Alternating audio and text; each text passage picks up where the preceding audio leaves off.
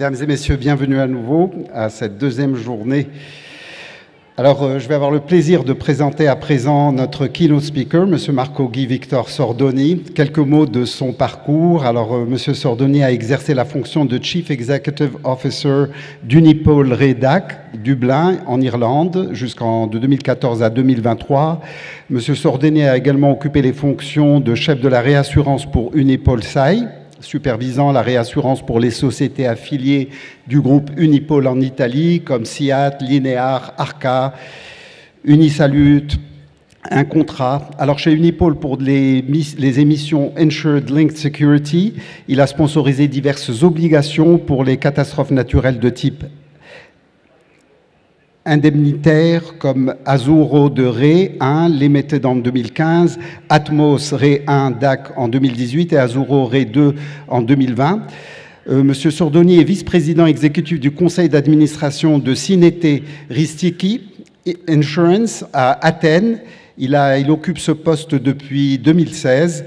Il a travaillé dans le secteur de la réassurance pendant plus de 20 ans, aussi bien dans le domaine de la vie que de la non-vie. Il est titulaire de 3 maîtrises en sciences économiques, intelligence artificielle et un diplôme en ingénierie économie et finance. Et je vous demande d'applaudir et d'accueillir avec moi M. Sordoni.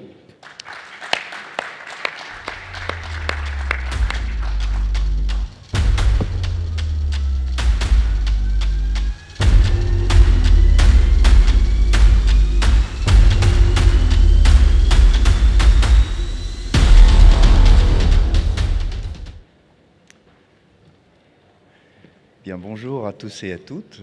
Je voudrais d'abord commencer par remercier la Fédération marocaine des compagnies d'assurance et de réassurance pour la gracieuse invitation et l'opportunité de venir m'exprimer ici.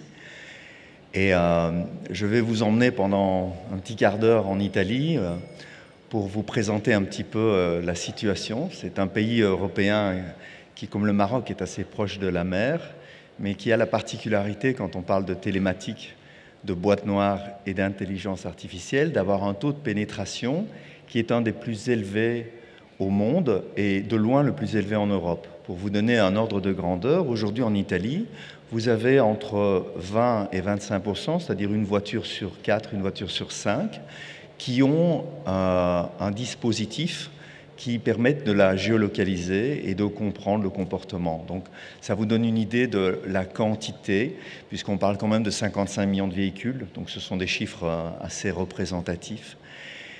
Comme la technologie est parfois un petit peu lourde, j'ai pensé que ça pouvait être intéressant de vous faire cette présentation avec un peu plus d'images pour éviter de vous appesantir avec des chiffres et des choses de ce genre. Donc si la régie peut gentiment démarrer la vidéo.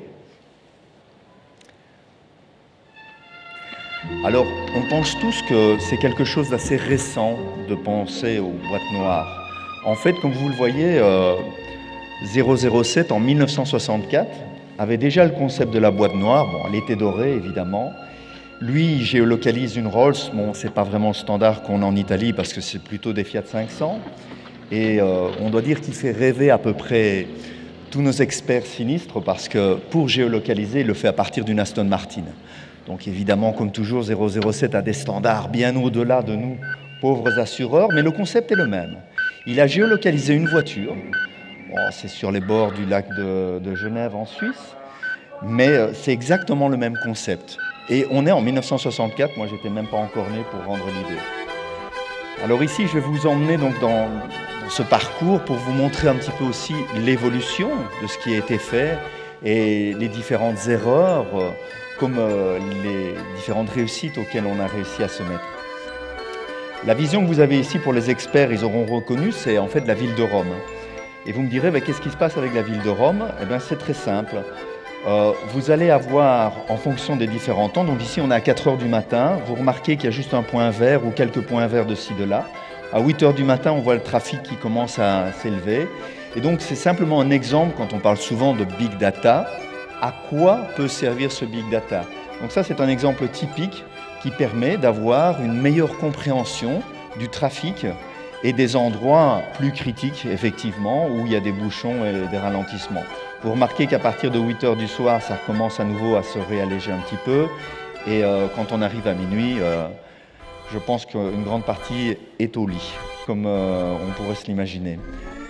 À nouveau, un plan de Rome, mais cette fois-ci, sur 10 années de temps. Je sais que c'est un petit peu lourd, mais vous avez en fait tous les sinistres qui ont été géolocalisés à Rome. Quel est l'intérêt de ce genre d'étude? C'est qu'elle a permis de démontrer des choses évidentes. Les carrefours sont plus risqués, ça, on aurait pu le faire sans la boîte noire, mais surtout de déterminer, en collaboration avec la commune de Rome, un certain nombre d'endroits plus critiques qui pouvaient être rénovés afin de réduire le taux d'accidents qu'il y avait sur ces carrefours ou sur ces endroits. Donc vous voyez, c'est beaucoup plus large que simplement le monde de l'assurance, mais ça devra impliquer à un certain moment également gouvernement, communes et autres. En 2010, on a commencé à travailler sur un autre concept. Comme on a toutes ces informations sur le comportement de la voiture, on s'est dit, mais est-ce que l'on ne pourrait pas créer un système d'intelligence artificielle en grade d'évaluer et de reconstruire l'effet de l'accident? Alors, on n'a pas la prétention de tout inventer en Italie, on n'a pas peur de s'inspirer. Et donc, ici, cet extrait, c'est écrit en haut, c'est AMG, donc vous avez compris que c'est Mercedes. On s'est dit, tiens, bon, j'en ai déjà entendu parler durant la présentation hier, que font les spécialistes en Formule 1 quand ils ont besoin de comprendre le comportement de la voiture? Et pour comprendre le comportement de la voiture, pour simplifier, vous avez avant tout un système qui donne l'accélération et la décélération, et vous avez la possibilité de comprendre également au niveau du volant quand il tourne ou pas. Donc ceci était le premier prototype. Vous verrez que ça a, Dieu merci, assez bien évolué, mais ça fait toujours plaisir de montrer que dans des technologies aussi novatrices, les choses changent très très vite. Donc vous avez les 10 secondes avant l'impact. Et ici, vous avez la partie sur l'impact latéral. Donc vous voyez, c'était encore assez primaire, le rectangle qui correspond en fait à la voiture et l'endroit où l'impact est arrivé. Et vous avez le choc tel qu'il a été défini. L'objectif, et aujourd'hui en Italie c'est reconnu par les tribunaux, c'est que comme ce sont des données scientifiques qui ne peuvent pas être modifiées par qui que ce soit parce qu'elles sont envoyées directement par satellite, elles sont utilisées comme preuve et évidence scientifique au niveau d'un tribunal. Le deuxième point ici, c'est Unico, parce que à nouveau, j'ai souvent entendu parler de l'expérience, et vous le savez comme moi, la difficulté pour les règlements sinistres, c'est que les personnes, quand elles arrivent sur le lieu de l'accident, c'est pas toujours évident, il y a beaucoup de stress, les personnes ne se sentent pas très bien. Et ici, vous avez une vision en fait du programme qu'utilise, c'est un programme à gestion professionnelle, les gestionnaires sinistres du groupe, c'est-à-dire qu'ils ont toutes les informations. Vous avez le petit, donc ici c'est Maps Google qui est utilisé. Vous avez les deux petites étoiles, une orange et une rouge, qui correspondent au point d'impact estimé et réel, parce que comme vous le savez, même si les GPS sont précis, ils ont une petite marge de manœuvre. Avec Street View, il y a la possibilité, et tout cela, c'est avant d'arriver sur l'endroit de l'accident, que le gestionnaire peut déjà regarder pour avoir une idée de ce qui s'est passé, de manière aussi un petit peu à calmer le jeu, et il a donc toutes les informations en dessous qui regardent qu'est-ce qui s'est passé avec le volant, quel a été le comportement. Et ceci, déjà, c'était encore en 2013-2014, était utilisé par tous les gestionnaires du groupe pour régler les accidents et discuter. Et ce qu'il y a d'intéressant avec ça, c'est qu'en Italie, le pays est assez long, c'est quasiment une presqu'île, et en fonction des endroits, le nord et le sud, on a un taux de fraude qui est parfois très variable. Et ce que l'on a remarqué, c'est que le taux de fraude dans l'ensemble du pays, à partir du moment où on a la boîte noire, est à peu près identique et largement inférieur.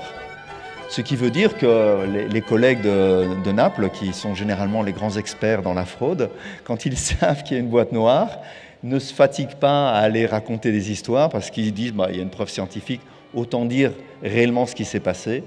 Et comme vous le savez, un des impacts principaux dans la gestion sinistre RC Auto, c'est que plus rapide vous serez pour le paiement, plus efficace et moins cher sera l'intervention.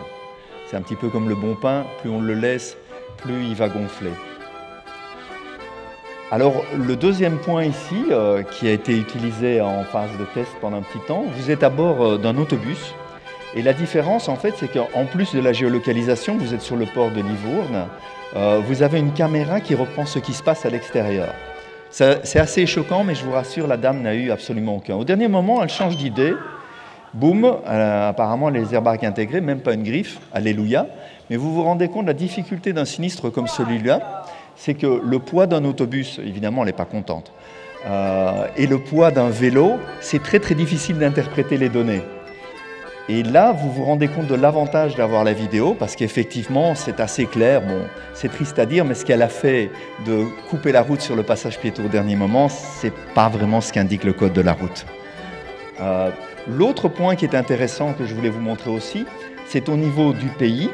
Toutes les informations que nous avons sur la concentration des sinistres nous ont permis en fait de déterminer où les centres médicaux et les centres de réparation avaient plus d'intérêt à être développés, puisqu'on pouvait en mettre partout, ce qui est à peu près impossible vu la dimension du pays, ou augmenter la concentration dans les endroits où effectivement il y a plus de sinistres. Le deuxième point sur lequel on a travaillé maintenant, c'est la possibilité, sur base des informations données par la télématique, d'avoir un support dans la structure de liquidation. Je suis désolé, il y a une partie qui est écrite en italien et en anglais, mais vous avez compris que je suis un petit peu italien. Dans les centres médicaux, on a également mis la possibilité d'avoir le paiement direct. Ce qui veut dire la personne va chez le médecin, elle lui fait son expertise et en sortant du bureau avec le médecin, ils peuvent être directement réglés.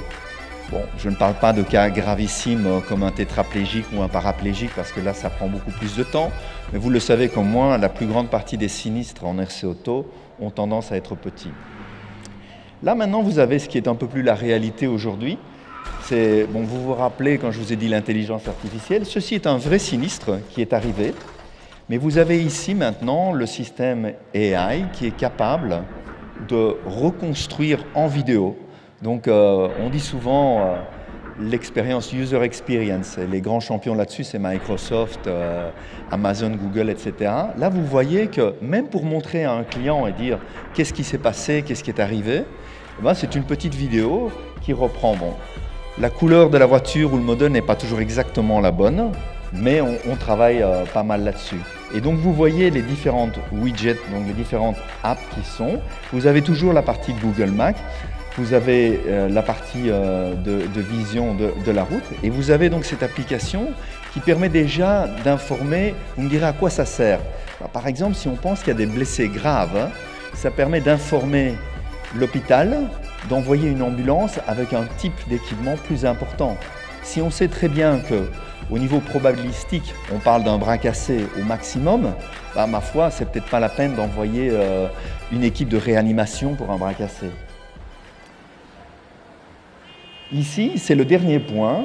On est arrivé aujourd'hui à un niveau où les informations sont telles que la machine peut déterminer automatiquement, donc vous voyez toujours le map de Rome, donc vous avez la position de la voiture, vous avez l'endroit qui est reconstitué virtuellement avec les différentes voitures qui sont géolocalisées, et en fait c'est la machine qui va déterminer elle-même qui est responsable ou non de l'accident. Comme vous l'intuirez ici, boum, apparemment mauvaise nouvelle, et effectivement, mauvaise nouvelle pour nous, c'est notre assuré qui est responsable. Mais l'important, ce n'est pas de dire à nouveau on veut éviter de payer, c'est surtout d'être rapide. Dans ce cas-là, on a mis en place un système qui, dans les 10 minutes, peut envoyer, dans le cas où il n'y a pas de sinistre aux personnes, le règlement sinistre en leur disant « Est-ce que vous désirez être payé, par exemple, ça valait 1 500 €. Ah, on est reparti au début, c'est bon, on ne va pas le regarder deux fois. » Et d'avoir donc un règlement beaucoup plus rapide. Donc voilà, je vous ai fait un petit tour d'horizon de ce qu'on fait en Italie.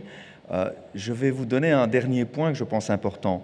Vous le savez probablement, il y a une obligation pour toutes les nouvelles voitures en Italie d'avoir des boîtes noires. Donc vous pourriez dire, tiens, oui, c'est intéressant, si à partir du 2022, toutes les nouvelles voitures ont des boîtes noires, est-ce que ça vaut encore la peine d'en installer ? Alors aujourd'hui, les boîtes noires, celles que nous installons, il y a 10 ans d'ici, il fallait passer au garage et ça coûtait à peu près 200 € pour faire l'installation. Donc c'est quand même assez lourd, c'est pas sympa. Aujourd'hui, ça coûte à peine une vingtaine d'euros et il n'y a plus d'installation à faire parce que c'est un petit cube d'une dimension d'à peu près 1 cm sur 1 cm qui se colle simplement sur le pare-brise. Donc au niveau de l'installation, et ça aide énormément parce que vous me direz, oui, mais alors quand on parle de voitures autonomes, quand on parle de voitures électriques, oui, elles ont toutes les technologies pour faire ce que je vous ai montré ici, mais aujourd'hui, si vous négociez avec BMW ou Mercedes ou Tesla, ils ont tendance à vous demander un prix qui est 10 à 15 fois supérieur à celui de l'installation de cette petite boîte grise dont je vous ai parlé, qui se colle sur... Donc c'est un paradoxe aujourd'hui, parce que je suis à peu près certain que quand j'aurai la chance d'aller en pension, il n'y aura plus de voitures qui n'ont pas, et vraisemblablement les gouvernements, les autorités auront pris des mesures afin de gérer parfaitement l'information et comment elle sera traitée. Mais aujourd'hui, en Italie, on continue d'utiliser ce système parce que, pour faire très simple le schéma, vous avez l'assuré qui autorise la compagnie d'assurance à utiliser ces données et qui installe en collant cette petite boîte sur son pare-brise. Et donc, c'est très facile à appliquer et ça nous permet aujourd'hui, comme je vous le disais, bon, ça dépend des régions, mais ça va d'une voiture sur 4 à une voiture sur 5 en fonction des régions en Italie, ce qui, je pense, est un résultat assez intéressant. Voilà, je vous remercie tous pour votre attention.